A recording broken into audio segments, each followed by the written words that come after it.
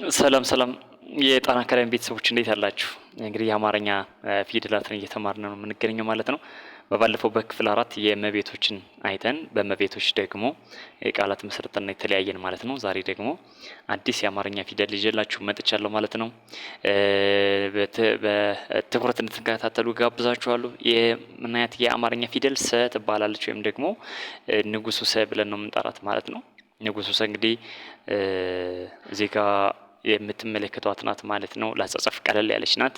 ወደ ላይ 3 ጣት ያላት ናት። ንጉሱ ሰ ብለን ነው የምንጠራት ማለት ነው። ስለዚህ እቺን ሰ ብለን እንጠራታለን። እንደ ሌሎቹ 7 ቤት ነው ያላት። እያንዳንዳቸው እናያለን።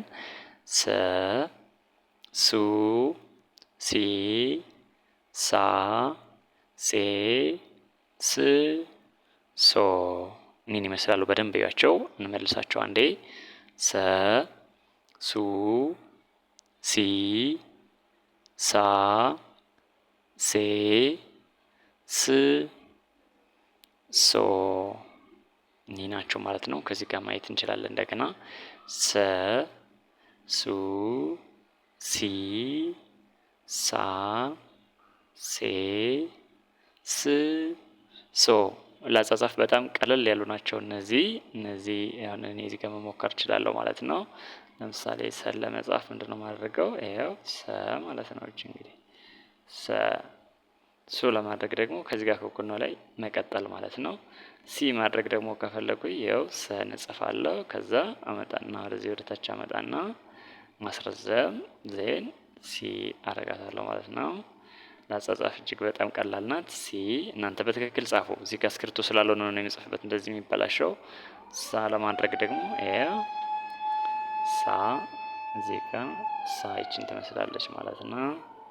ሳ ሴ ሲ ሶ እያለ ይቀጥላል ማለት ነው። በደንብ ተለማመዱ። ቀጥለን ደግሞ በእነዚህ የአማርኛ ፊደላት ቃላትን መሰረታለን ማለት ነው። ይሄው ቃላትን መሰረት ነው። በሰ ቤት በሰ ሰዓት ማለት እንችላለን።